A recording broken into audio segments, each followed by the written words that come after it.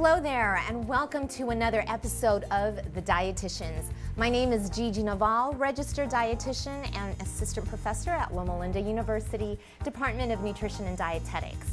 Today we have an exciting show for you because my students are going to talk to you about fun facts of fat. I probably said it wrong, but it's something similar to that.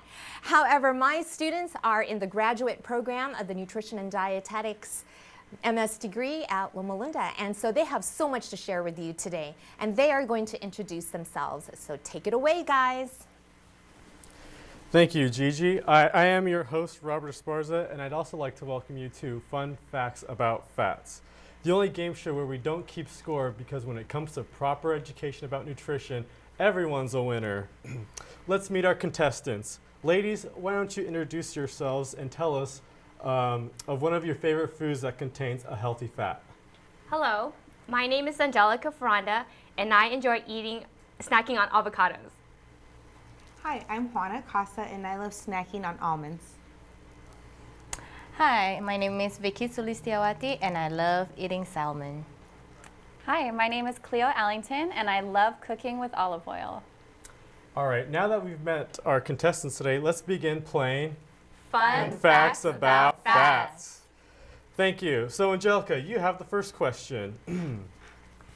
Oil and avocados are good sources of which type of fat? Olive oil and avocados are great sources of monounsaturated fat. That is correct, Angelica. Yay. Thank you. Olive oil and avocados are the few examples of foods that are great sources of monounsaturated fats. Our next question will go to you, Juana. Juana, based on a 2,000 calorie diet, dietary intake of saturated fat should be limited to how many grams of fat per day? So if you're consuming 2,000 calories, you should be having no more than 20 grams of fat, of saturated fat. That is correct, Juana. Saturated fat is known to increase bad LDL cholesterol and therefore should be consumed sparingly. Our next question is for you, Cleo. Which of the following foods do not contain trans fat? This is a multiple choice question, so take your time and think about it. Okay, thank you. A, commercial baked goods. B, fried foods. C, fruits and vegetables.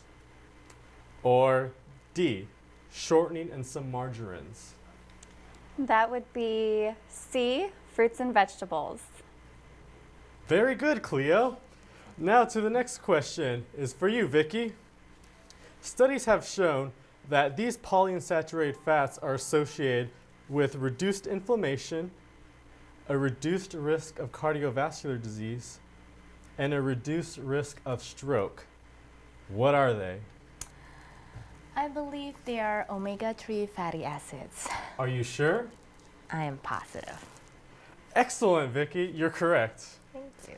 Now for a bonus question for you. Oh. Name 3 sources of omega-3, 3 plant sources, that is, of omega-3 fatty acids. So I guess my salmon doesn't cut it, huh? I'm sorry, that is not a plant source. All right. I would say flax seeds, canola oil, and soybeans. That is correct. All right. Wow, Vicky, you sure know your polyunsaturated fats. Am I right? That's correct. Thank you. Next up, we have Angelica again.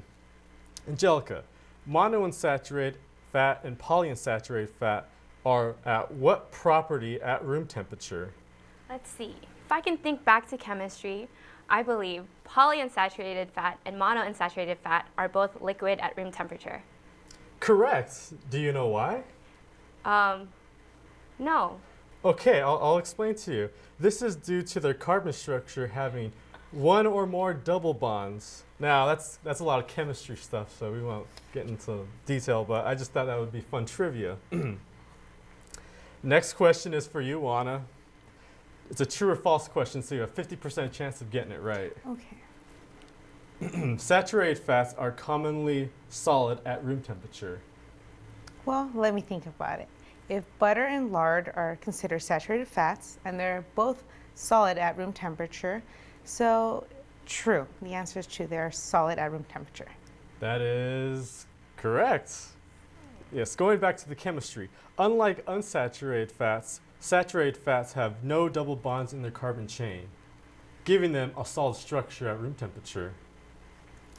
Okay, we have another question for you, Miss Cleo. Cleo, true or false? Food manufacturers sometimes use trans fat in their food products because it increases its shelf life. That is very true, Robert. Yes, Cleo, you are correct. Do you know why by any chance? No, I don't. This is because it saves food manufacturers money. But we have to ask ourselves as student dietitians, at what cost are they saving money? That brings me to a bonus question for you, Cleo, excuse me. Cleo, trans fats raises what type of cholesterol and lowers what type of other cholesterol? Trans fats are known to raise your bad LDL cholesterol and lower your good HDL cholesterol. Correct. Absolutely correct, Cleo. Thank you. All right, another question goes to you, Vicky. Vicky, for our pescatarian viewers out there, tell them what kind of seafood is high in omega-3 fatty acid? That would be my favorite, salmon. What is that? And because it's high in omega-3. And then it's sardines and mackerels. Very good, Vicky. Wow, you're really on a roll today. Yes, I am. Now let's go back to you, Juana, for the next question. Well, this is another multiple choice question, so you really got to think about it. Okay. Now, which of the following foods do not contain saturated fat? Is it A, red meat, B, butter, C, bacon, or D, broccoli? I think that would be D, broccoli. That is correct, because most vegetables and fruit do not contain any saturated fat, with the exception of coconut.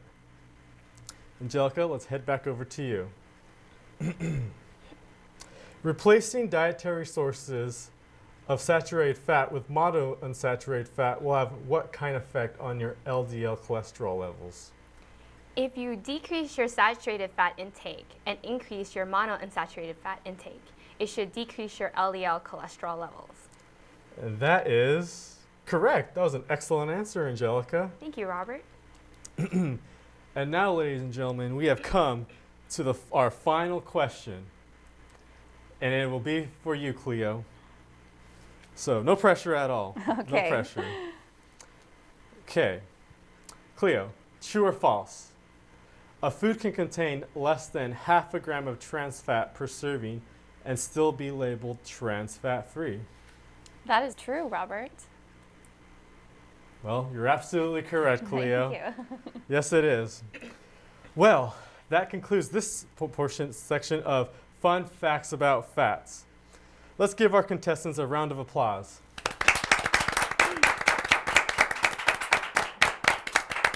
I sure hope you guys learned as much about fats as I did today. Now, I'm going to join our contestants for this next segment, and we're going to talk about the 4 major types of fats a little more thoroughly and see what else we can learn about fats today. Cleo, why don't you begin? Okay, thank you, Robert. As I said earlier, my name is Cleo Allington, and I'm going to be speaking to you about trans fat and why they are considered possibly to be the worst type of fat found in our diet. This is because they have a double effect on our blood cholesterol levels. As you may remember from the segment that we just did, there are several types of cholesterol found in our blood. If you have ever had your blood cholesterol levels tested, you may be familiar with the terms HDL and LDL cholesterol. HDL stands for high density lipoprotein. What is a lipoprotein, you may ask? It's exactly what it sounds like. It's part lipid and part protein.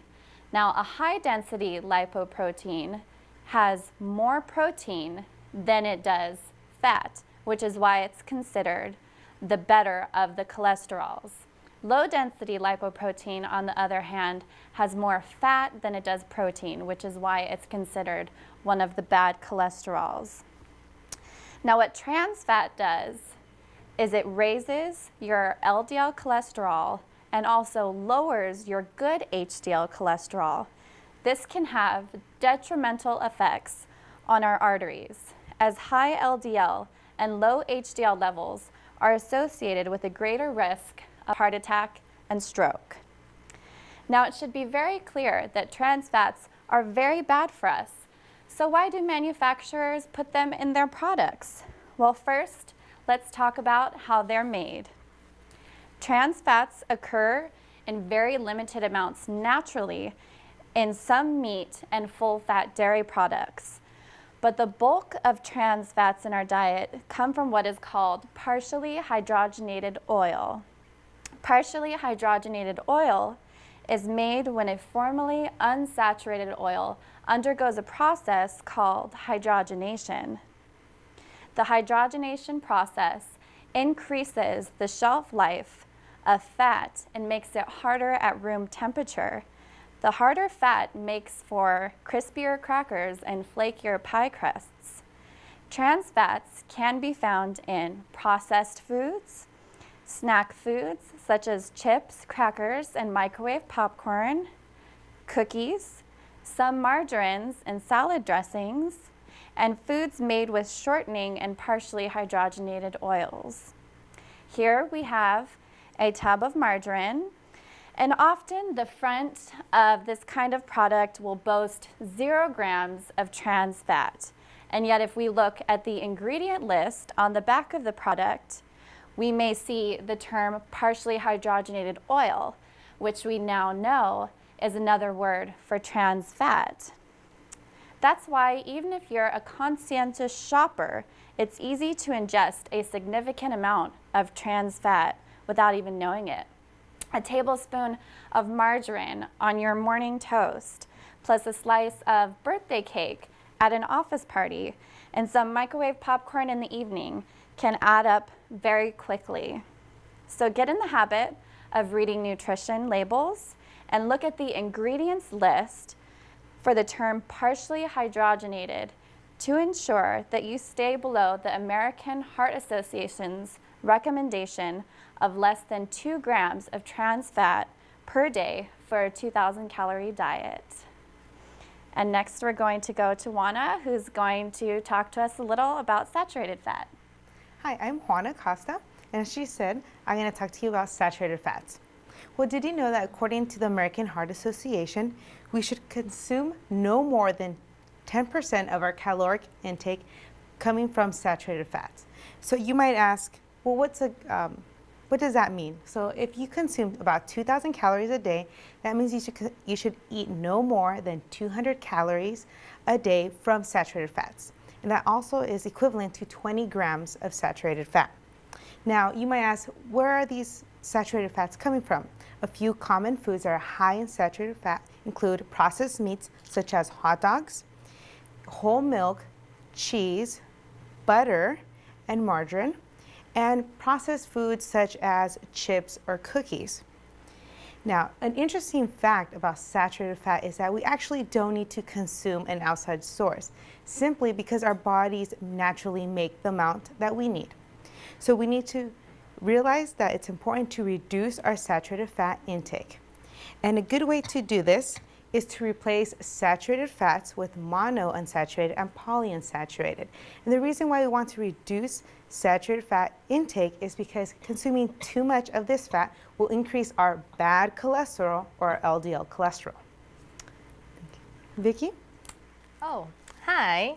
My name is Vicky Sulistiawati, and I'm going to talk about omega-3 and 6. Some evidence suggested that omega-3 has helped lower elevated triglyceride level, which contribute to coronary heart disease and also reduce the tendency for the blood to clot. And the adequate intake of omega-6 will help reduce the arthritis and improve the symptom of depression and other mental health disorder. So here is the easiest one, which is soy milk. Has enriched DHA omega-3 already built in inside it, and you can find this everywhere in the grocery stores nowadays. And I will turn this to Ms. Angelica. Hi. Monounsaturated fat is a healthy fat found in a variety of foods and oils. Studies show that eating foods high in monounsaturated fat can reduce your risk of heart disease and stroke. Great sources of monounsaturated fat includes avocados, almonds, olives, olive oil, and canola oil.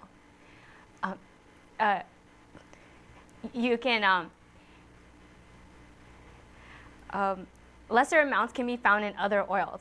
There are many ways to incorporate healthy fats into your diet.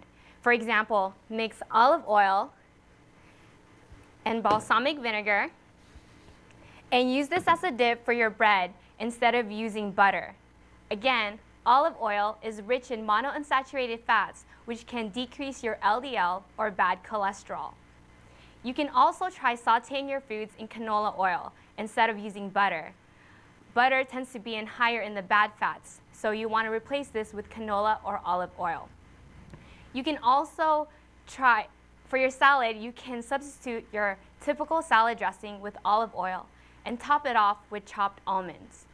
And finally, for your sandwiches, add flavor and color by adding avocados instead of using cheese or mayonnaise, which are higher in the bad fats. So be creative and don't be afraid to experiment on your diet. Eat foods rich in healthy fats, but make sure to always stay within your fat allowances for the day. And now, to talk about polyunsaturated fats, we'll go to Robert. Thank you, Angelica. Now, you might agree with me when I say that fats in general tend to have a bad rapport with people. They're often associated with high-calorie foods and excess weight gain. While that may be true to an extent, especially when fat is a big part of the diet, it's important to know that there are some fats out there that can be beneficial beneficial to your health when they replace some of the less desirable fats. Those fats can be polyunsaturated fats. Studies have suggested that replacing unhealthy saturated fats from your diet with healthier polyunsaturated fats in your diet can help reduce blood LDL cholesterol and blood triglyceride levels. Now, you might be wondering, what food items out there contain this polyunsaturated fat? Well, some healthy sources of polyunsaturated fat include walnuts, sunflower seeds, peanut butter, and flaxseed oil. And almonds. Now, I'm going to tell you how you can incorporate these polyunsaturated fats to your meal. Here we have the walnut. It's yummy, it's versatile, and you can put it in almost any food. So, for one, you can put them in your oatmeal, or any cereal for that matter, to create a delicious morning meal. Or you can put them in your salad to give your greens a little more of a crunch. Or put them on your yogurt to create a little more filling dessert, healthier dessert that is. You can even eat them by themselves as a snack. Just careful not to go overboard on them because they are considered a fat. And what's convenient about these walnuts is that you can find them in almost any grocery store. So if you haven't been introduced to the walnut or you haven't really used it, why don't you give it a try? And thank you. That was wonderful, Robert. If I could just talk a little bit more about trans fats and just expand a little bit on what Juana said. As you may have heard, a lot of the sources that she mentioned to be sources of saturated fat are also sources of trans fat. And so that might make you wonder, where the connection between the two is. Now, my understanding is that trans fat was created basically as a cheap replacement for butter. That's why it's found in a lot of foods such as cookies, microwave popcorn, cakes, a lot of baked goods where the manufacturer would normally use butter, but instead they've created this trans fat, which is a cheaper version. It increases the shelf life. It makes them make more money at the cost of our health. But again, that is why a lot of the foods that Juana mentioned to be high in saturated fat are also high in trans fat. So I just wanted to explain that connection there. JeJe, why don't you come join us? Okay. Oh, I get to join you guys? Yes. Oh, how fun. We were wondering, Yes. how do you incorporate healthy fats into your diet, and what Okay. types of Yes. healthy fats have you used to replace maybe unhealthy or saturated fats? Okay, so first of all, which camera am I looking at? Oh, this one over here. That's a really good question that Cleo asked. As mentioned earlier, I know several of you have mentioned avocados, and I know that in the past years that I've been counseling patients, people tell me when I tell them, oh, avocados are good for you, many of them will say, oh, no, no, no, no, I don't want that. That's going to make me fat. But then I'll always say, oh, but wait a minute. This type of fat is really good for your heart. And so, yes, if you eat a lot of it all the time, then yes, the calories will pile up. And of course you can gain weight, but I love avocados, and being Filipino, yay, right here. Let's see, I don't know if you've tried it like this, Angelica, but I do take it, mash it up, and mix it with condensed milk. Like in a halo halo. Halo halo. Yes, Halo halo yes. is a Filipino dessert, yes. So we've added it to this mix. Halo halo means mix. There's ice cream, avocados, yes. So we do that. Or sometimes I just take the avocado and add honey to it. So I know the condensed milk is higher in saturated fat, but they do have a fat-free condensed milk now too, which is good. So that's like a dessert for me, while getting my monounsaturated fat in. So that's one of the ways I incorporate a healthy fat, That's great. and eating olives too, and all the different nuts. And I'm glad you shared that with us, because that's one of the reasons why we wanted to talk about fats today, is because there's such a huge misconception about fats. Like JeJe has Exactly. said, I've come in contact with people who, when I try and counsel them on their diet, they don't want to eat peanut butter. They don't want to eat Right. avocados, because all they think true. of is, oh my gosh, it's so high in fat, it's going to make me fat, and fat is fat is fat. But as you can see, there's several different kinds. And consuming the right kinds of fats, the mono and polyunsaturated, can be very, very beneficial to your heart when they're consumed in the right amounts and in moderation. They have a huge effect on your blood cholesterol levels. Yes, definitely. And the other thing too that I was going to mention is that some of our patients that we do counsel, they really listen to us, and they can take things to the extreme end.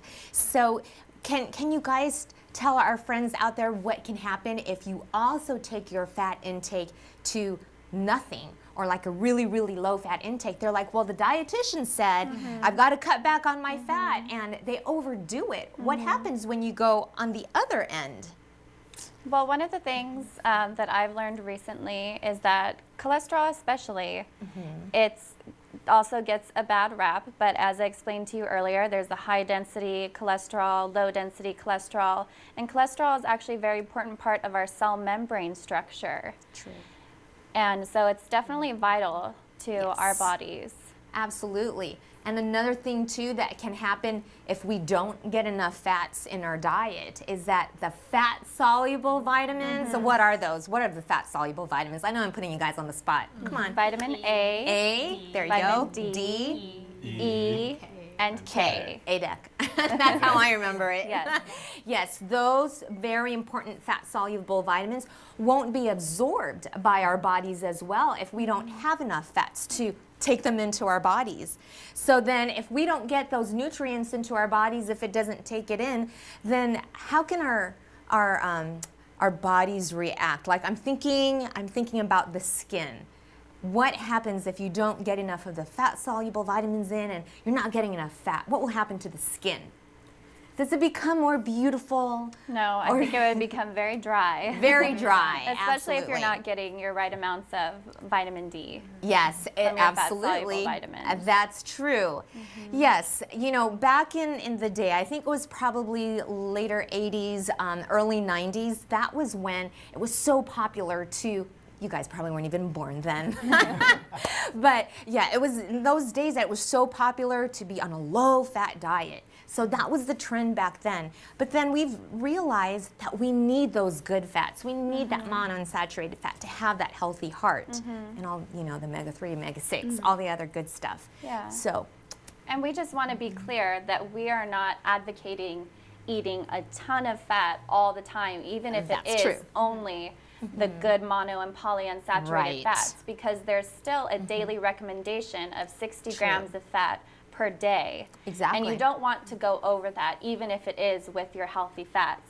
But you also point. don't want those 60 grams to be all butter, hot dogs, margarine, all the different kinds of saturated and Right. trans fats. so can a couple of you give our friends out there a holiday tip for their, you know, Thanksgiving, Christmas is coming up, with their cooking or their baking? What can they do to decrease the fat intake in their cooking or in their baking? Does anybody want to say anything? I think especially with the baking, you're gonna want to use the oils that are high, again, in the monounsaturated fat, like the olive oil and canola Canola oil. oil. So those are really important. There And they you taste go. just as good. That's so that's right. the important thing. Yeah. Taste is still Yes, there. Yes. Taste is there. Yep. You know, you can like applesauce. There you go. Okay, that's a good one. So if it calls for something that's high in fat, like an oil ingredient, then you can take 50% of that ingredient and substitute it with applesauce, and it tastes just as good, just as moist. Yes. Yeah, I've made cakes and cookies and pies with that. Well, maybe not pies, but cakes with that. Delicious. Another Yes. good substitution, for example, if a recipe calls for butter, you could easily add some avocado instead of the butter, and you Ooh, still that's a get that good same one. consistency. And Right. you can even taste the avocado in your baked goods. You're absolutely right. Well, thank you everyone for sharing your health tips on how to eat healthier with the healthy fats. We would like for you to join us for our next episode of The Dietitians. So please look at our schedule at Smart Lifestyle TV. And until next time, in order to live well, you've got to eat well.